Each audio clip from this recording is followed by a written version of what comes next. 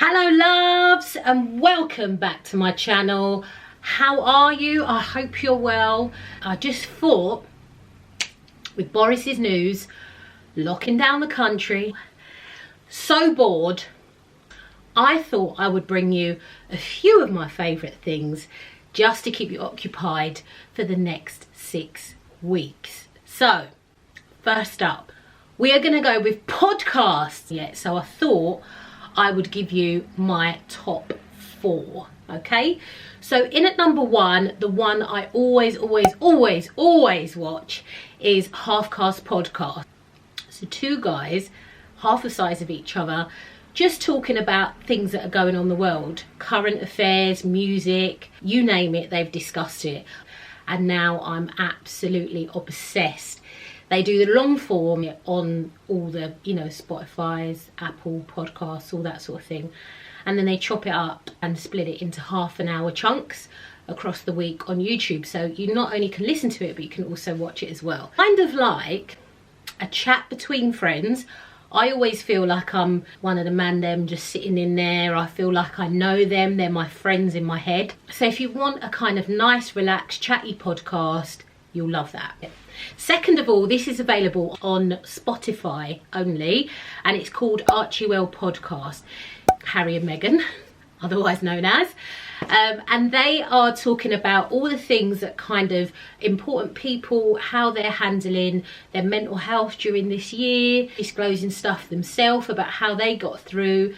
Really interesting people, just getting their take on things, and I found it super interesting. Their relationship between each other is lovely. I think this is a relatively new podcast, so there's only 2 or 3 episodes, but they're definitely worth a listen. My third choice, being a boxing fan, this won't surprise some of you, and that is Hot Boxing with Mike Tyson. And that's because I absolutely love Iron Mike. He is the youngest heavyweight champion of the world ever. I think he did it when he was 20. His personality is quite surprising because obviously he's really ferocious in the ring. He takes 0 prisoners. Quite actually chilled, low-key, sweet even. He has people from all walks of life, you name it, he's had them on there, and him and Evan Britton sit down and have really great conversations with them, really open and honest. He talks a lot about his own faults, and I think it really humanises an icon. It's really nice to hear those conversations. So that's great as well. And again, they film it and they put it out on long form, so you can listen to it or you can watch it. And number 4 is a bit different. It is called Serial, but the season I'm recommending is season 1. Now, when I listened into this, I could not stop listening. I love a bit of crime and drama, and I tell you what, it is that and then some. So it's all about a guy called Adnan Ghali. He is currently in prison, so this is based on a true story. So now we've got people analysing the evidence to see if he's innocent. He says he's innocent, he's been convicted of the crime, and this is all kind of chopping up the evidence and seeing, could he do it? Did he have the time? Was he in the right place? Is the DNA correct? It is thrilling. It's edge of your seat stuff and you won't regret listening in. So I'm moving on to walking. Absolutely love walking. I don't know what that Oprah voice was all about, but the reason I've put walking in is because we are allowed out once a day to get a bit of activity. Now, I love my flat, but I have never seen these 4 walls more in the last 3 years since I've lived here, and it is a little bit jarring. It can send you a bit cuckoo. So getting out, getting some fresh air in my lungs really does make all the difference for me. I'm very fortunate in that I live near Regent's Canal and I also live near Thames River. So for me, walking near water is super calming. I really enjoy it. Taking in sights, obviously living in London, I know not all of you do, but living in London, there's so much to see. So wherever you are, it gets you to know your area a little bit more. If you are London based, it gets you to see all the sights and everything like that. The other thing it helps with is your mental health. I think that we all focus on our physical health a lot and sometimes forget about our mental health. In the same way that you go to the gym 3 or 4 times a week to keep healthy, you should also do things throughout the week to keep your mental health in check also. Lose yourself in a walk or a run. I just think activity, this is all those endorphins and has you feeling amazing afterwards. Sometimes the ball ache is actually making yourself go. Especially it's Baltic out there at the minute and no one really wants to go. Got myself a snazzy little hat. It's all lined and luminous so no one runs me over. Got like fleece lined leggings, so all of these things can help and make it easier for you to just get up, get out. So go, do it. Get walking. 3 is box sets. Now most of you, I imagine, have either got Netflix, and there's a couple of things that I wanted to give an honourable mention. First of all, hold on, I'm old, let me get my glasses. So the honourable mentions are on Netflix, The Crown. Everyone seems to be into that at the moment. I watched it and absolutely loved it. I love it more because it's based on facts. So it had me like Googling and Wikipedia-ing. We'll mention To the Fall. Gillian Anderson is amazing in it. Check that out. Also, 2, Michaela Cole's I May Destroy You, and that's on BBC iPlayer. So they didn't make the top 4, but I thought they were definitely worth a mention and checking out. That's The Fall, The Crown, I May Destroy You. Top box. So what have I gone with? So number 4 is a bit of reality TV trash. You can pop it on. It's the USA version of The Circle. So now, what is this all about? I know not everyone in the UK has watched the UK version, but basically they get people from all different walks of life, never met each other before, and instead of flinging them in a house, they actually fling them in an apartment block in all different apartments, so they can communicate via typing and sending each other messages, but they can't actually see and hear each other. So you can be whoever you want to be, baby. I could be Naomi Campbell, I could be Lupita Nyong'o, I could be Cindy Crawford, I could even be Elton John. That's the kicker with this show. And as you can imagine, all the things that you expect to happen when you throw a bunch of people together that don't know each other, don't trust each other, all the drama, all the gossip, all the intrigue.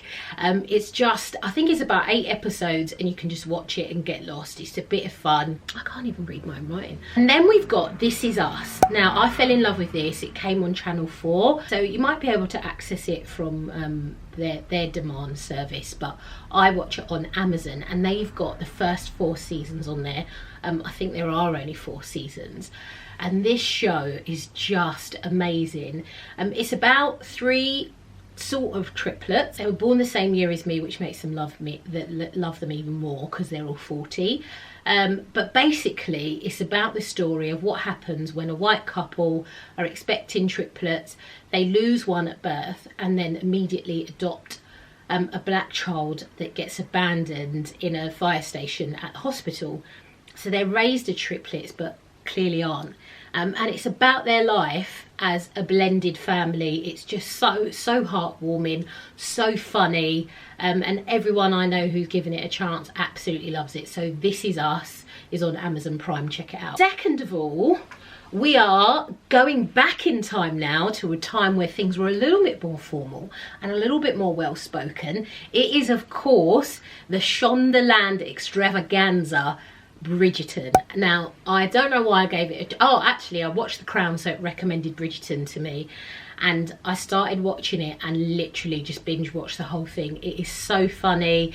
It's really, although it's set back in the 1800s, they've made it out of a really diverse UK British cast, so it's such a good watch. It's very sexy, it's very intriguing, it's got a bit of romance in it, a bit of royalty, so a bit of something for everyone. All the leading lady and men, and probably there's a little bit of something in there for everybody to look at and, ooh, Your Grace. If you haven't watched it, you'll get it when you do. And last but definitely not least is a programme that was recommended to me by a colleague actually, and it's called What If. It stars Renee Zellweger and it's a thriller. I literally Everyone who knows me knows I'm in bed by 10 o'clock. I really can't stay up late. I don't know why, but it's just who I am. 3 o'clock in the morning, needles in my eyes, still watching this programme because it's that good. It's amazing.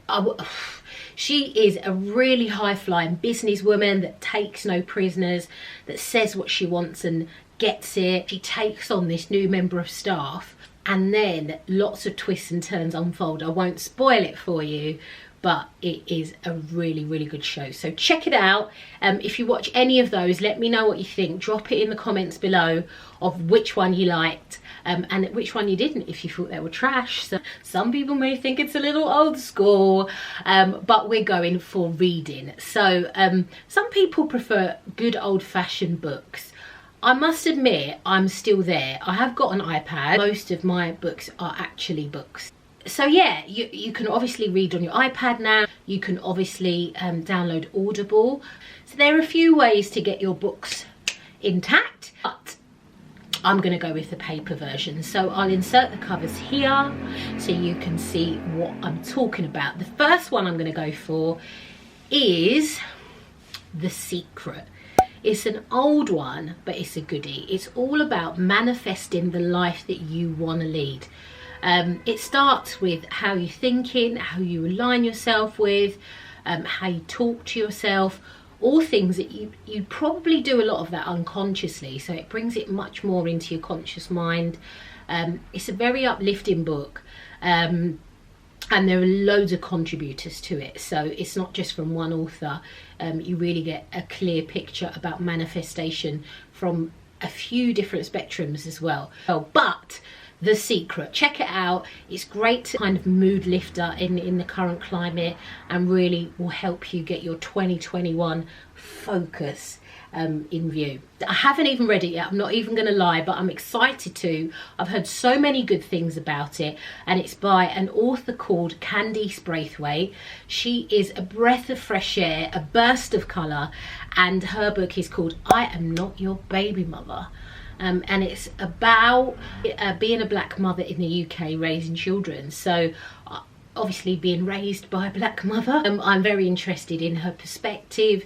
I've heard her speak quite a lot and she's very eloquent. I wanted to put a spotlight on that as well. This is Patricia Bright, Heart and Hustle.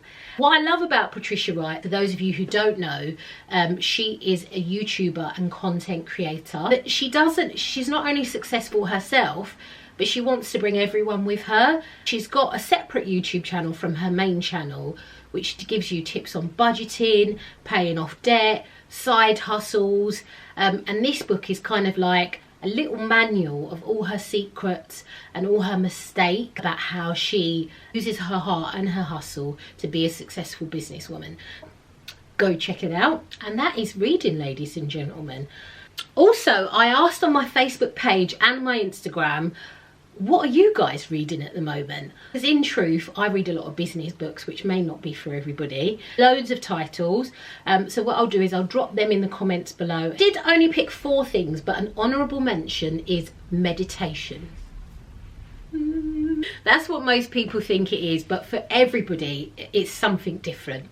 And the idea is that if you've got thoughts racing like cars on a motorway, just manage to slow down, chill out. Jay Shetty, a really great thought leader and life coach, described it as a conversation with yourself, uninterrupted, so you can really check in with yourself, see how you're feeling, what you like, what you don't like in your life, and how you want to move forward.